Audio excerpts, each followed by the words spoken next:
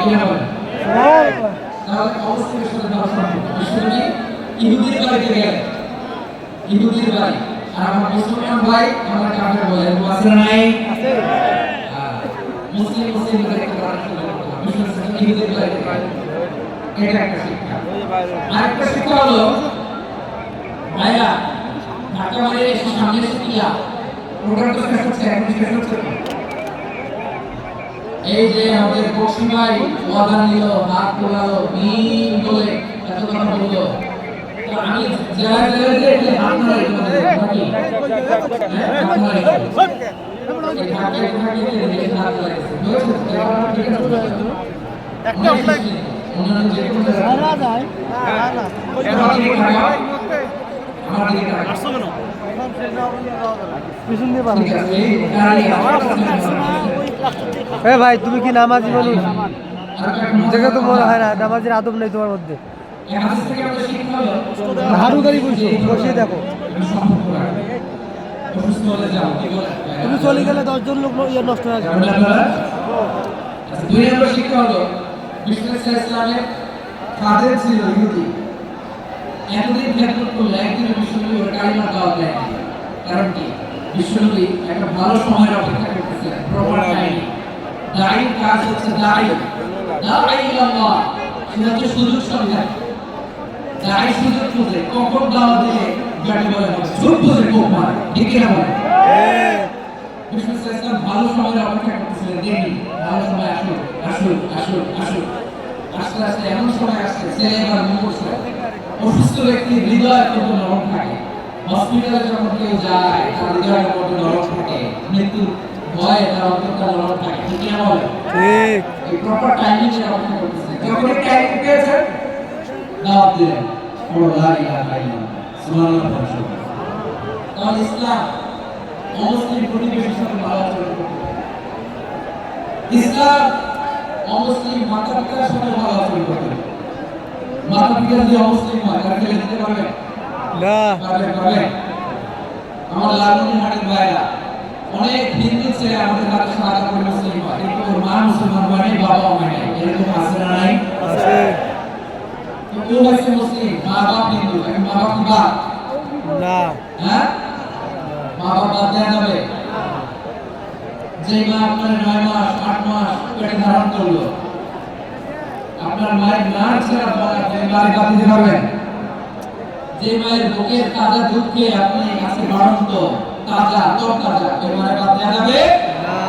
মায়ের একেবারে দুধের দাম কাটিয়া গায়ের চাম, পাপুষ বানাইলে ওরিনের শোভ হবে না, এমন দরদি হবে কেউ হবে না আমার মা।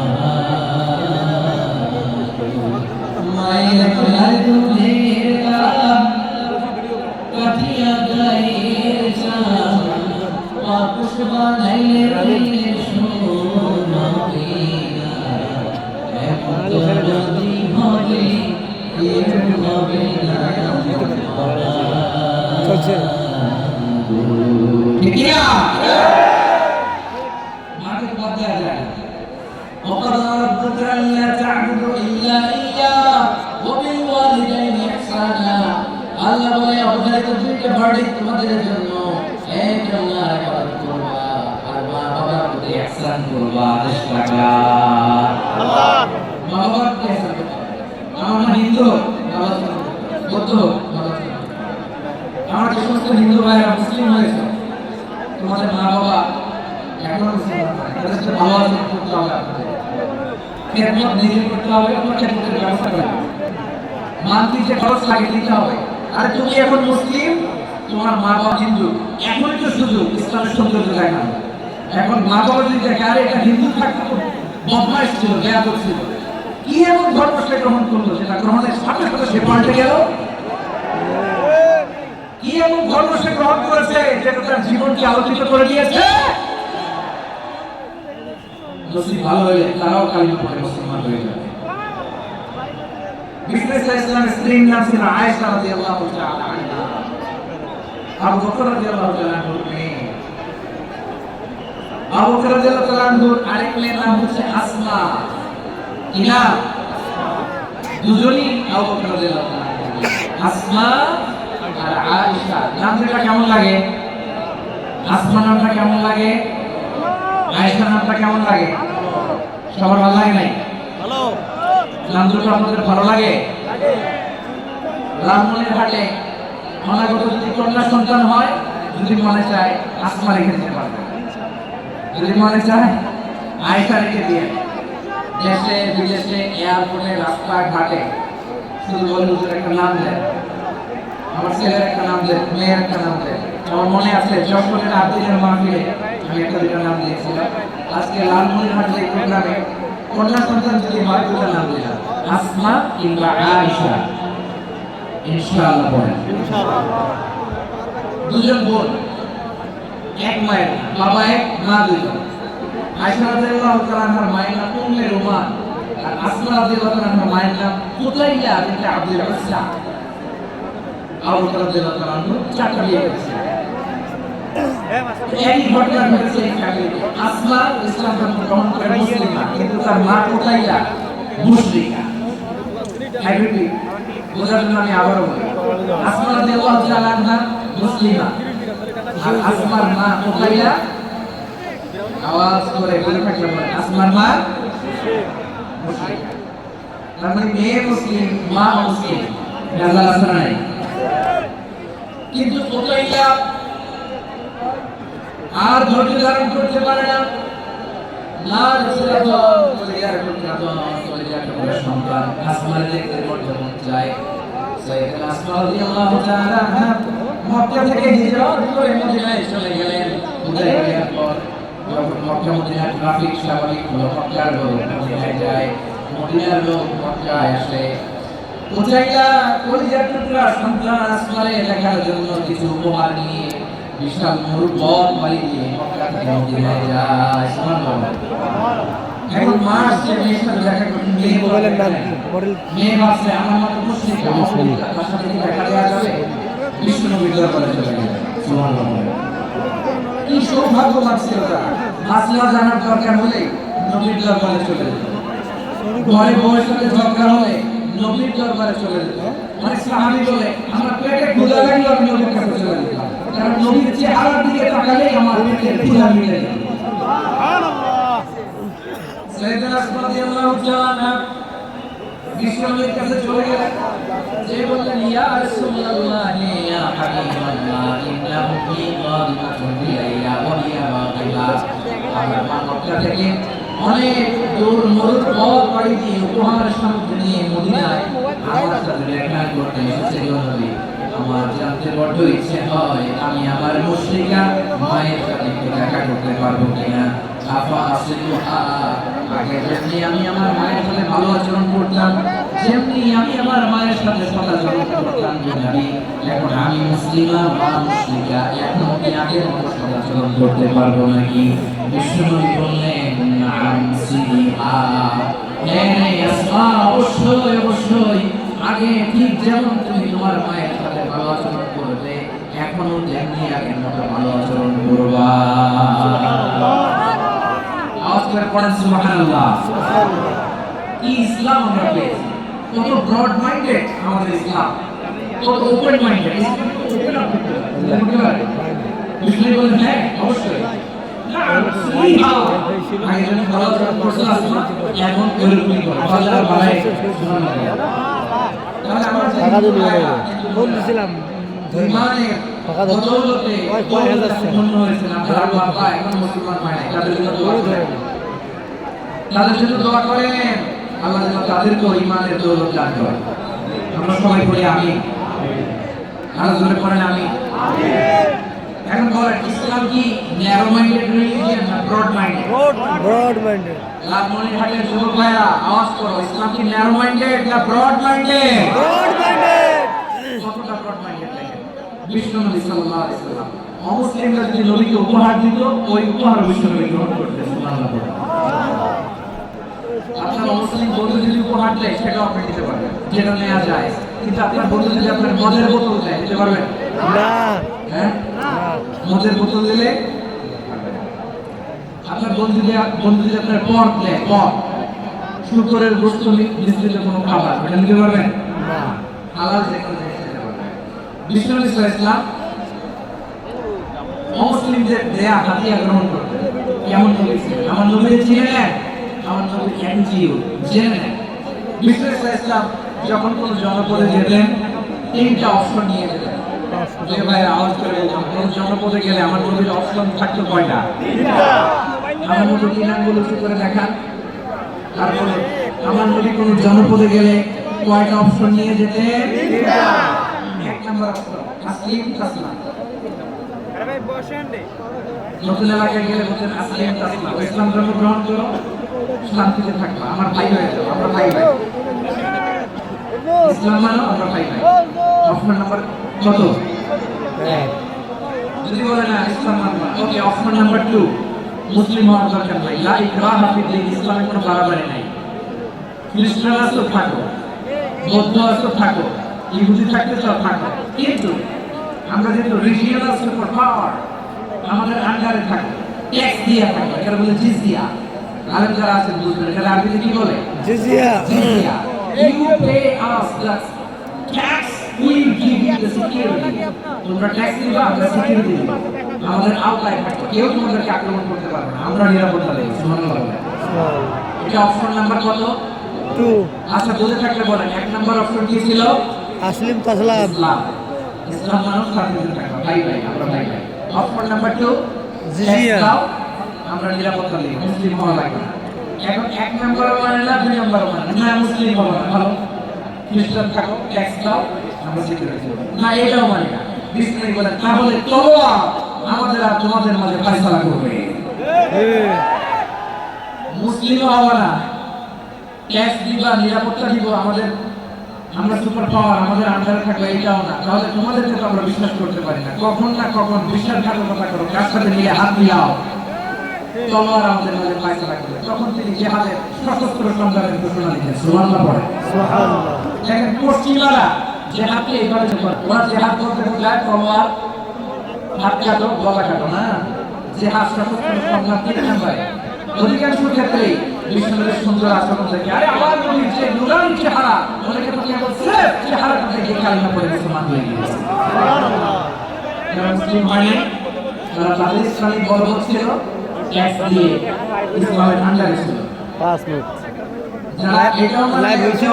তাদের বিরুদ্ধে জিহাদ। বিষ্ণু ইসলাম সপ্তম হিজরিতে যখন খাইবার বিজয়ের পরে ইসলাম রিজিওনাল সুপার পাওয়ার হিসেবে আত্মপ্রকাশ করলো, বিষ্ণু বললেন অন্যান্য সুপার পাওয়ারের কাছে রাষ্ট্রীয় চিঠি লেখে এক রাষ্ট্রপ্রধান আরেক রাষ্ট্রপ্রধানের কাছে, ঠিক কিনা বলেন? জানেন না তারা এই যে 24-এর ছাত্র নাগরিক অভ্যুত্থানে, এই অভ্যুত্থান যখন শুরু হয় আমি তখন সাউথ আফ্রিকাতে একটা স্ট্যাটাস দিয়েছিলাম, গোটা নয় গোটা দেশ সংস্কার করা লাগবে। শুধু বাংলাদেশ নয়, সারা বিশ্বে বাংলা ভাষাভাষী লোকেরা এই আন্দোলনের সাথে সমর্থন তারা করেছে, এটাকে সাপোর্ট করেছে, তারা সমর্থন দিয়েছে।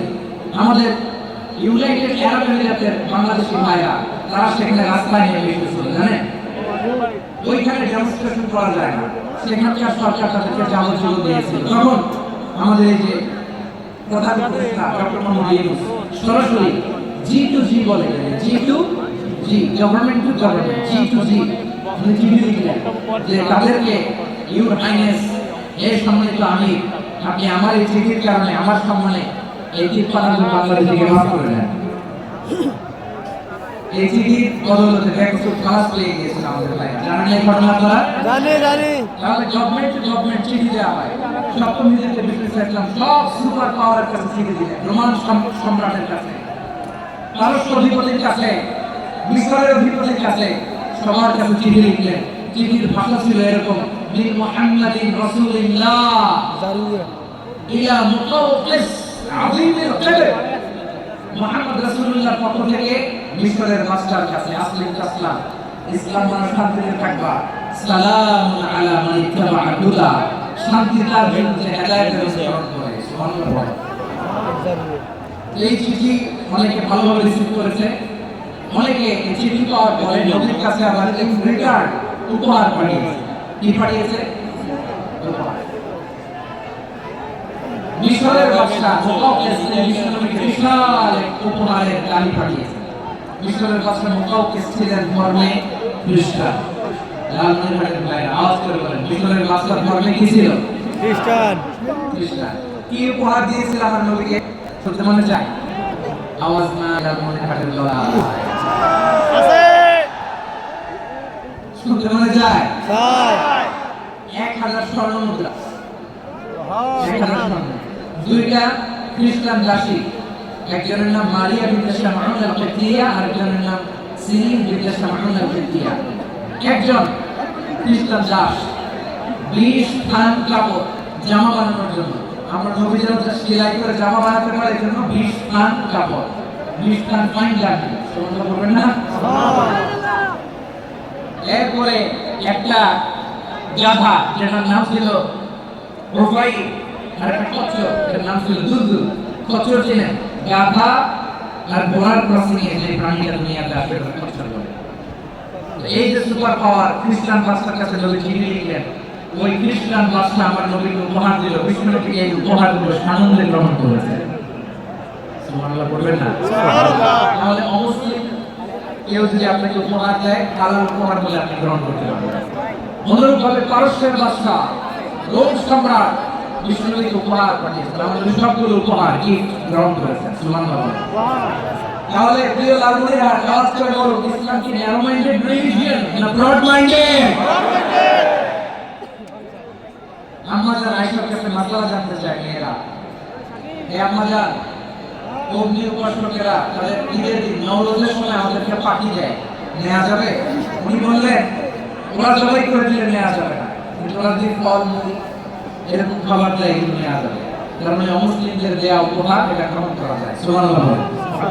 শুধু তাই নয়, বিষ্ণু ইসলাম অমুসলিমদের সাথে আর্থিক লেনদেনও করেছেন, ফিনান্সিয়াল ডিলিং করেছেন। অমুসলিমদের সাথে প্রয়োজনে আপনি ফিনান্সিয়াল ডিলিং করতে পারেন। আমরা প্রায় দেখি বাজারের মিষ্টির দোকানগুলো আমার হিন্দু ভাই, লালমনিরহাটে মিষ্টির দোকান, দইয়ের দোকান কারা চালায়? তারপরে যে বারবার শপ, চুল কাটে যে নাপিত, অধিকাংশ নাপিতের দোকানে কারা? আমার হিন্দু ভাইরা। আপনি চুল কাটতে পারবেন কিনা? পারবেন কিনা বলেন? তার দোকান থেকে দই মিষ্টি কিনতে পারবেন কিনা? হ্যাঁ, আমার মুসলিম ভাইয়ের দোকান থাকলে ওই জায়গায় আমি বেশি প্রায়োরিটি দিই, ঠিক কিনা? কিন্তু যদি তাদের সার্ভিস নিতে চান, প্রোডাক্ট নিতে চান, পাবেন। তাহলে সহিহ বুখারী, আম্মাজান আয়েশা রাদিয়াল্লাহু তাআলা আনহা বলেন, ইশতারা রাসূলুল্লাহ সাল্লাল্লাহু আলাইহি ওয়াসাল্লাম মিন ইয়াহুদিয়্যিন তুআমান ওয়া রাহালাহু দিরআহু মিন হাদিদ। রাসূল সাল্লাল্লাহু আলাইহি ওয়াসাল্লাম এক ইহুদির কাছ থেকে, কার কাছ থেকে? সবাই বলে নাই, কার কাছ থেকে? ইহুদির কাছ থেকে। আমার নবী, ইয়া নবী, এক ইহুদির কাছ থেকে জব কিনেছিল, জব, বাড়ি যেটা দিয়ে রুটি বানায়। ওই জবের দাম দেওয়ার টাকা পয়সা নবীর কাছে ছিল না। বলে নবী ওনার একটা পোশাকের মর্গেজ রেখেছিলেন, মর্গেজ বন্ধ, যে এখন এটার দাম দিতে পারবো না, কয়েক কেজি বার্লি নিয়ে যায়, আর বন্ধক হিসেবে আমার জামাটা রেখে গেলাম, যেদিন দাম দিব ওই দিন জামাটা চুলাই নিয়ে যাবো। সুবহানাল্লাহ বলবেন না? সুবহানাল্লাহ। পাঠিয়ে দিয়েছিলেন, পাঠিয়ে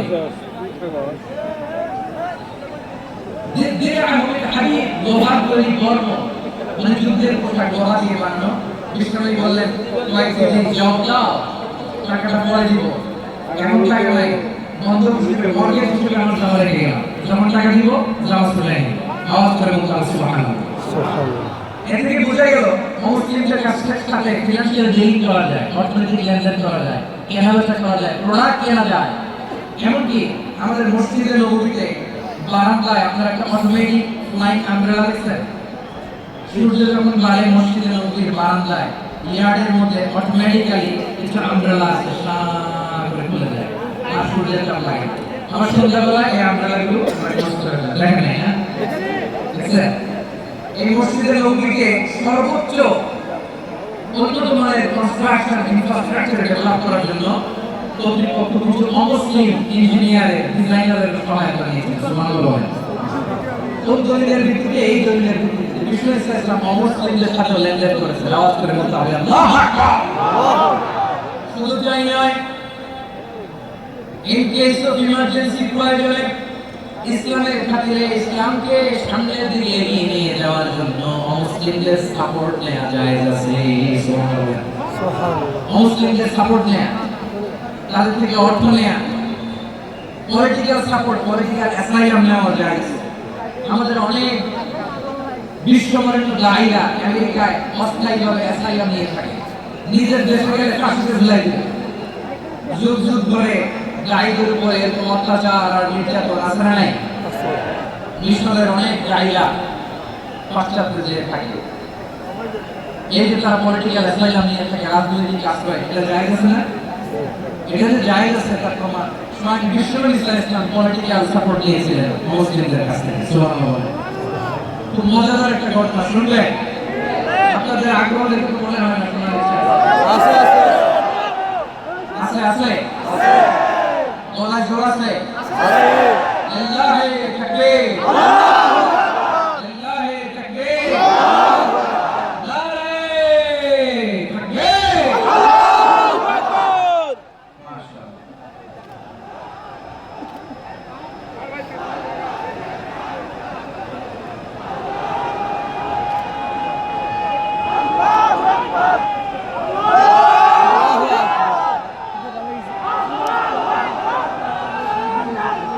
আল্লাহু আকবার।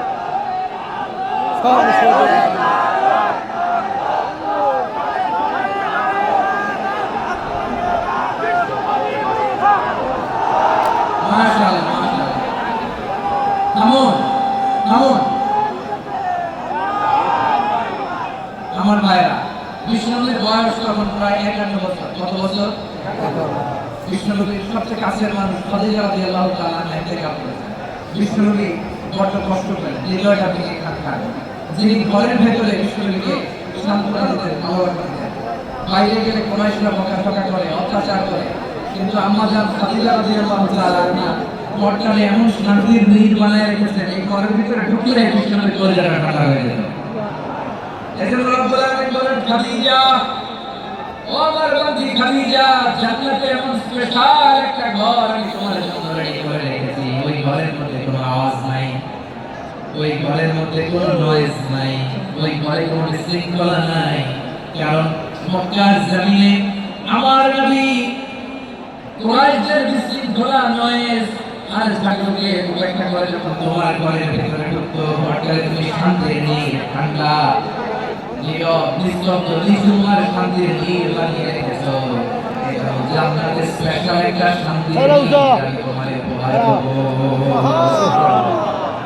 ওই প্রিয়তমা স্ত্রী খাদিজা ইন্তেকাল করলেন, বিষ্ণুনবীর হৃদয় ভেঙে খানখান। আবার ওনার চাচা আবু তালেব ইন্তেকাল করলেন, যিনি পলিটিক্যাল সেন্টার দিলেন নবীকে। দেখলেন আবু তালেবের ভয়ে, বিষ্ণুনবীর এই চাচার ভয়ে কোন মুশরিক নবীর গায়ে হাত দেওয়ার সাহস পায় নাই। এখন স্ত্রীও নাই, চাচাও নাই, নবীকে আশ্রয় দেওয়ার কেউ নাই। নবীর চারদিকে অন্ধকার, নবী এখন কই যাবেন? আমার প্রিয় নবী নতুন স্টেশন খুঁজতেছেন, নতুন দাওয়াতি প্ল্যাটফর্ম খুঁজতেছেন। তিনি যায়েদ বিন হারিসা রাদিয়াল্লাহু তাআলা থেকে মক্কার পাশের একটা নেইবারিং সিটি তায়েফে চলে গেলেন। কোথায় চলে গেলেন? লালমনিরহাটের ভাই আওয়াজ করে বলেন, কোথায় গেলেন? তায়েফে। তায়েফে চলে গেলেন তিলাওয়াত দেওয়ার জন্য। কি দেওয়ার জন্য? নাকি জমি কিনতে গেছিলেন? জমি কিনতে, দুনিয়ার সংস্কৃতির জন্য, নিজের কোন লাভের জন্য? তায়েফবাসীদেরকে জাহান্নামের আগুন থেকে বাঁচানোর জন্য। আওয়াজ করে বলতে হবে ঠিক কি না? বিশ্বনবী বিশাল মরুপথ, পাহাড়ি পথ পাড়ি দিয়ে তায়েফের জমিনে গেলেন কোরআনের দাওয়াত নিয়ে, ইমানের দাওয়াত নিয়ে। কিন্তু তায়েফের লোকেরা বিশ্বনবীর দাওয়াতকে শুধু প্রত্যাখ্যান করে থামে নাই, তারা বিশ্বনবীর সঙ্গে অত্যন্ত খারাপ আচরণ করেছে।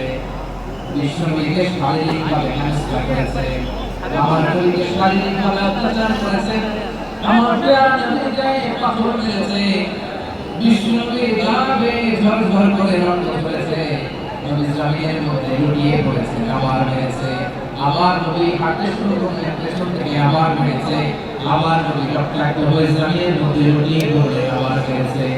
বিশ্বনবীর মতো এত সুস্থি মানব, বিশ্বনবীর মতো এত শুভ্র মানব বড় ভাই বিশ্বনবীর মতো এমন চমৎকার মেহমান দিয়ে রব্বুল আলামিন কাউকে বানান নাই। এরকম চমৎকার মানুষটাকে তারা পাইলেন, ওই জমিনে রক্তাক্ত করেছে। বিশ্বনবী দুনিয়ার কোনো স্বার্থের জন্য সেখানে যান নাই, নিজের কোনো লাভের জন্য প্রাপ্তির জন্য যান নাই, তাই পাখিদের জাহান্নামের আগুন থেকে বাঁচাতে গিয়েছে। ঠিক কিনা বলে? নাকে দিনী প্রচারের কাজে নিজেকে দিয়েছ বিলিয়ে, তাই ফেরে কাফিরেরা চিনল না সে আলো, দুষ্ট ছেলেদের পিছু বিরলে দিয়ে পাথরের আঘাতে কত বিপদ হয়ে সারা শরীর থেকে রক্ত ঝরে। হে রাসূল তোমাকে ভুলি আমি কেমন করে, হে রাসূল তোমাকে ভুলি আমি কেমন করে। পারেন না আপনারা? ধরুন আমার সাথে, হাজার ব্যথা বেদনার পরে ফিরে আসনি তুমি আপন ঘরে, দিনের আলো তুমি ছড়িয়ে দিতে চলে গেলে মদিনায় মক্কা ছেড়ে। রাসূল তোমাকে ভুলি আমি কেমন করে, হে রাসূল তোমাকে ভুলি আমি কেমন করে। ঠিক কি না বলে? প্রিয় ভাইরা, লাইভ হচ্ছে না, যদি খারাপ চাকরি করে আমার নবী কই যাবে? কই যাবে? মক্কায় জায়গা নাই, লাইফে জায়গা নাই। লাইফ থেকে ভারাক্রান্ত মন নিয়ে আমার নবী মক্কায় ফিরে আসলেন। বিশ্বনবী মক্কায় ঢুকতে পারেন না। মক্কার মরুভূমির দিকে তাকিয়ে, উপত্যকার দিকে তাকিয়ে বিশ্বনবী ধাঁধা করে কাঁদেন, ঝরঝর করে নদীর চেহারা মুবারক থেকে চোখের পানি উঠে গিয়ে পড়ে।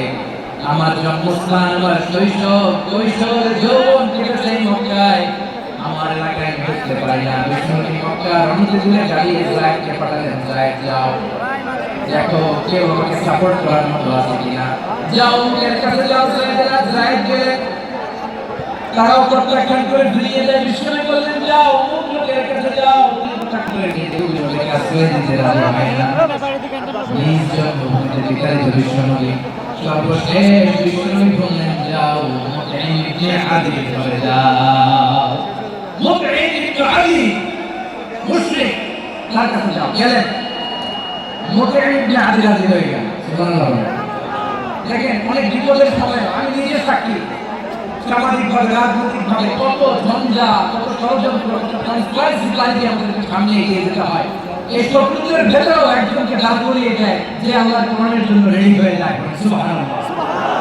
মুতঈম ইবনে আদি আল্লাহ তার মনকে নরম করে দিলেন। মুতঈম বলে মুহাম্মদ আমি তোমাকে আফ করে দেব। তার দুই ছেলেকে পাঠালেন, যাও তোমরা তলোয়ার নিয়ে স্কট দিয়ে কারো কানা দিয়ে মুহাম্মদকে মক্কায় ঢোকার বলো, আমি আমান দেব। আমান কি দিব? আমান মানে সিকিউরিটি, নিরাপত্তা। সিকিউরিটি ছাড়া, আমান দেওয়া ছাড়া কেউ থাকতে পারবে না মক্কায়। দুই ছেলে বিশ্ববিদ্যালয়ের সাথে নিয়ে আসে, নবী খাওয়া তাকে খাওয়া করলেন, নামাজ পড়লেন। আবু জাহেল সবাই দেখে কিছু করে না, কারণ মুতঈম ইবনে আদি ঘোষণা দিয়েছেন আমি মুহাম্মদ দিয়েছি। মুহাম্মদের গায়ে যদি প্রশ্ন না করে আওয়াজ করে সুবহানাল্লাহ। নবীর এই বিপদকালে মুহূর্তে আচ্ছা আমাদের হাতে ভাইরা বলেন, এই মুতঈম কি মুসলিম ছিল না মুশরিক? মুশরিক। সবাই বলতে হবে মুসলিম মুশরিক। তাহলে মুশরিকের কাছ থেকে নবী পলিটিক্যাল অ্যাসাইলাম, আমি রাষ্ট্রবিজ্ঞান ভাষায় পলিটিক্যাল অ্যাসাইলাম যেটাকে বলে রাজনীতির আশ্রয়। ওনার নিরাপত্তা এই ঘোষণায় তিনি মক্কায় ঢুকলেন। যতদিন নিরাপত্তা ছিল ছিলেন। মুতঈম যখন মারা গেল, বিশ্বনবী হিজরত করে মদিনায় চলে গেলেন। সুবহানাল্লাহ। কিন্তু মুতঈম যে বিশ্বনবীর উপকার করছে এটা বিশ্বনবী আমাদের অনেকে উপকার করার থাকে না, খাওয়ার পরে গলা দিয়ে নামলে আর খেয়াল থাকে না। এরকম আশা নাই, আমার নবী বলে নাই। বদরের প্রান্তরে ৭০ জন কাফেরকে যখন বন্দী করে বিশ্বনবীর সামনে হাঁটু করে দাঁড় করানো হলো, বসানো হলো, ৭০ জন কাফের, কয়জন? বিশ্বনবী তাদের দিকে তাকিয়ে বললেন, সহিহ বুখারীর বর্ণনা, লাউ কানা মুতঈম ইবনে আদি হাইয়ান সুম্মা কাল্লামানি হাউলাই নাজলা লা তারাকতুহু লাহু। বদরের প্রান্তরে 70 জন বন্দী কাফিরের দিকে তাকিয়ে আমার নবী বললেন, আজকে মোদের যে আদি বেঁচে থাকতো আর তোমাদের 70 জনের ব্যাপারে যদি মোদের এক বাক্যে একটা সুপারিশ করতো তার সম্মানে আজকে তোদের সবাই আমি মাফ করে দিতাম। সুবহানাল্লাহ নাই, সুবহানাল্লাহ, চিল্লাচিল্লিতে কথা বুঝে নাই, সুবহানাল্লাহ, মিস করতে নিজেরাও বুঝে নাই। বিশ্বনবী মুতাহিমের ইতিহাসের কথা বলে নাই। 70 জন মুশরিক হাটুদের কথা নবী চাইলে এখনই এক্সিকিউশন অর্ডার দিতে পারে। তিনি বললেন, আজকে যদি মুতাহিম বেঁচে থাকতো আর মুতাহিম যদি তোদের জন্য সুপারিশ করতে, আমার জন্য ব্যাপারে সুপারিশ করতে, আমি মুহূর্তেই তোদেরকে এমনি মাফ করে দিতাম। এবার বলেন, ইসলাম কি ন্যারো মাইন্ডেড না ব্রড মাইন্ডেড? শুধু তাই নয়, যাকে যে সম্মান দেয়া আমার নবী দিতেন, হোক নাস্তিক হোক নাস্তিক, হোক মুসলিম হোক মুসলিম। বিশ্বইসলাম যখন রোমান সম্রাটের কাছে চিঠি লিখেছেন, আমার যে লালমনি ঘাটে যায় অল্প কয়েক মিনিট একটা জরুরি কথা বলবো, এদিকে টাকা, এদিকে টাকা। রোমান সম্রাটের কাছে বিশ্বইসলাম চিঠি লিখলেন, মুহাম্মদ রাসূলুল্লাহ ইলা লিয়াকুল্লাহ আযীজুর রূম। মুহাম্মদের পক্ষ থেকে হিরাক্লিয়াসের কাছে যিনি হচ্ছেন আযীজুর রূম, এটা নবী থেকে বানাইছে অতিরিক্ত সম্মান দিয়ে। পুরো রাষ্ট্রপ্রধান যখন আসে তাদেরকে আমরা কি বলে জানেন? তার নামের সাথে HE এটা লিখতে হয়, H.E. মানে হিজ এক্সেলেন্সি, কি লেখে? হিজ এক্সেলেন্সি অথবা ইউর হাইনেস, ইউর ম্যাজেস্টি। দেখেন, বিশ্বইসলাম সব লোকের নবী, তিনি একজন মুশরিক খ্রিস্টান সম্রাট রোমান সম্রাটের কাছে চিঠি লিখেছে, ইলা লিয়াকুল্লাহ আযীজুর রূম, হিরাক্লিয়াসের কাছে আমার চিঠি, যিনি রোমের আযীম, হিজ মাইনেস, রোমের অনেক সম্মানিত এক বাহাদুর। আওয়াজ করে বলুন সুবহানাল্লাহ। কারণ যাকে যে সম্মান দেয় এটা আমি শুনে দিলেন, এমনকি যে ইহুদিরা ভালো ছিল, এই ইহুদিদের প্রশংসা করেছেন মুহাম্মদ রাসূলুল্লাহ সাল্লাল্লাহু আলাইহি ওয়াসাল্লাম। এক ইহুদির প্রশংসা করেছেন ইহুদি, কার? আমি তো আমার ভাইয়ের প্রশংসা করি না, আমি তো এক আরেক আলেমের স্টেজ দেই না, আমি তো এক গাই আরেক গাইয়ের সাথে বসতে চাই না। আমার নবী ইহুদির প্রশংসা করে, কার প্রশংসা? ওই ইহুদির নাম ছিল মুখাইরিক। সিরাত রকম ভাষা বলে, তিনি বলেছেন মুখাইরিক খায়রুল ইয়াহুদ, Mukhairiq is the best of the Jews. জুইদের মধ্যে সবচেয়ে ভালো। কেন প্রশংসা করলেন তার? কারণ মদিনা চার্টারে কথা ছিল সব ধর্মের মুসলিম মুশরিক ইহুদিরাকে মদিনা আক্রমণ করবে। কিন্তু তৃতীয় হিজরিতে যখন উহুদের যুদ্ধ শুরু হলো, সবার কথা ছিল যেই আক্রমণ করে আমরা মদিনাকে বাঁচাবো। কোন সবাইকে বাঁচাবো? মদিনাকে। কিন্তু কুরাইশরা যখন আক্রমণ করলো, ইহুদিরা আসে না, ইহুদিরা আসে না। বিষ্ণুর বললেন, ইহুদিরা তোমরা চুক্তি করলে আমার সাথে, মদিনা আমাদের সবাই বাকি করবো, আসো একটা ইহুদি হয়ে না, কেউ আসলে একজন ছাড়া, তার নাম মুখাইরিক। তার নাম কি? মুখাইরিক বাহাদুরের মতো ঘোড়সওয়ার হয়ে বেরিয়ে গেলেন এবং বললেন, গোটা ইহুদি সাম্রাজ্যের একজন যদি আমাকে, আমি মুখাইরিককে কেউ ধরে রাখতে পারবে না। এসে বললেন, আমি মুহাম্মদের পক্ষে যুদ্ধ করবো, আমি মারা গেলে আমার সম্পদ আমার উত্তরাধিকারীরা পাবে না, আমার সম্পদ তোমরা মুহাম্মদকে দিয়ে দিও। সুবহানাল্লাহ। উহুদের ময়দানে 70 জন মুসলমান শহীদ হলো। এই ইহুদি সে মুসলমানের পক্ষে যুদ্ধ করে নিহত হলো। সুবহানাল্লাহ। মুসলিমদের লাশ যখন নিয়ে আসা হলো, এই মুখাইরিকের লাশ নিয়ে আসা হলো। মুসলিমদের লাশের পাশে মুখাইরিকের লাশ দেখে বিশ্বনবী মুখাইরিকের প্রতি অনেক খুশি হলেন। আর বিশ্বনবী খুশি হয়ে বললেন, মুখাইরিক, যদিও তুমি ইহুদি, তারপর তুমি সব ইহুদিদের মধ্যে সেরা ইহুদি বলে। সুবহানাল্লাহ। আমার নবী ইহুদিকে সম্মান দিতে কার্পণ্য করে নাই। আওয়াজ করে বলেন আল্লাহু আকবার। প্রিয় ভাইরা, এবার সর্বশেষ আওয়াজ করে বলেন, ইসলাম কি ন্যারো মাইন্ডেড না নাকি ব্রড মাইন্ডেড? Broad minded. সবাই বলেন ন্যারো মাইন্ডেড না ব্রড মাইন্ডেড? Broad minded. এজন্য অমুসলিম হয়েই তারা আমাদের শত্রু নয়। শত্রু কারা? এই আজমের ভাইরা শুনেন, শত্রু কারা? যে সমস্ত মুসলিম আমাদেরকে নিশ্চিহ্ন করে দিতে চায়, যে সমস্ত মুসলিম আমাদের ভূখণ্ড থেকে আমাদেরকে তাড়িয়ে দিতে চায়, যে সমস্ত মুসলিম আমার ধর্ম নিয়ে তুচ্ছতা ছিল করে চিল্লায় বলেন ঠিক কিনা? তারা আমাদের শত্রু। সাধারণ মুসলিমরা আমার শত্রু নয়। এই যে হিন্দুরা থাকে এরা আমার ভাই, বৌদ্ধরা আমার ভাই, খ্রিস্টানরা আমার ভাই, হিন্দুরা আমার ভাই। তারা দিনই ভাই নয়, তারা মায়ের পেটের ভাই নয়, তারা মানবিক দিক থেকে ভাই। ও মানুষ, আমিও মানুষ। ইসলাম মানুষকে সম্মান করে চিল্লায় বলেন ঠিক কিনা?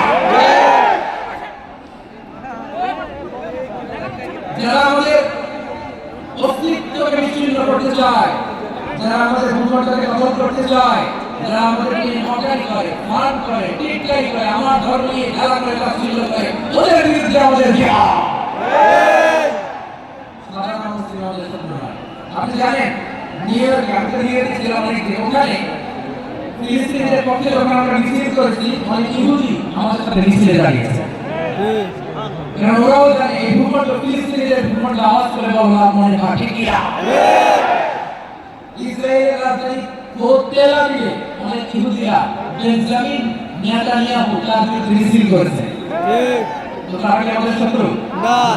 অনেক খ্রিস্টান আমাদের সাথে আমাদের স্বার্থ রক্ষায় আমাদের পাশে দাঁড়িয়েছে। খেয়াল রাখবেন, হিন্দু আর হিন্দুত্ববাদ এক নয়, ইহুদি ধর্ম আর জায়নিজম এক নয়। জায়নিজমের বিরুদ্ধে আমাদের সংগ্রাম, আমাদের জিহাদ চিল্লায় বলেন ঠিক কিনা? ফিলিস্তিনের ভাইরা তারা তাদের স্বাধীনতা সংগ্রামের জন্য লড়াই করছে, করে যাচ্ছে, আমরা এটাকে সমর্থন জানাই চিল্লায় বলেন ঠিক কিনা? কাশ্মীরের ভাইরা স্বাধীনতার জন্য সংগ্রাম করছে, আমরা সেই সংগ্রামকে সমর্থন জানাই, আওয়াজ করে বলেন ঠিক কিনা? যারাই আমাদের ইসলামকে বিচ্ছিন্ন করতে চায় তাদের বিরুদ্ধে আমাদের সংগ্রাম, আওয়াজ করে বলতে হবে ঠিক কিনা? ওই সমস্ত দুর্বৃত্তদের সাথে আমাদের কোনো সম্পর্ক নাই। আমরা যে ঐক্যবদ্ধ থাকতে পারি ওই দুর্বৃত্তরা চাষ করে না। আমরা ঐক্যবদ্ধ থাকতে রাজি আছি। লালমনিরহাটের ভাইরা আমরা ঐক্যবদ্ধ থাকলে ওই দুর্বৃত্তদের কালো হাত ভেঙে দিতে আমাদের সময় লাগবে না। তাদের কালো হাত ভেঙে দিতে রাজি আছে মুসলমান? হাত তুলে দেখা তাকবীর।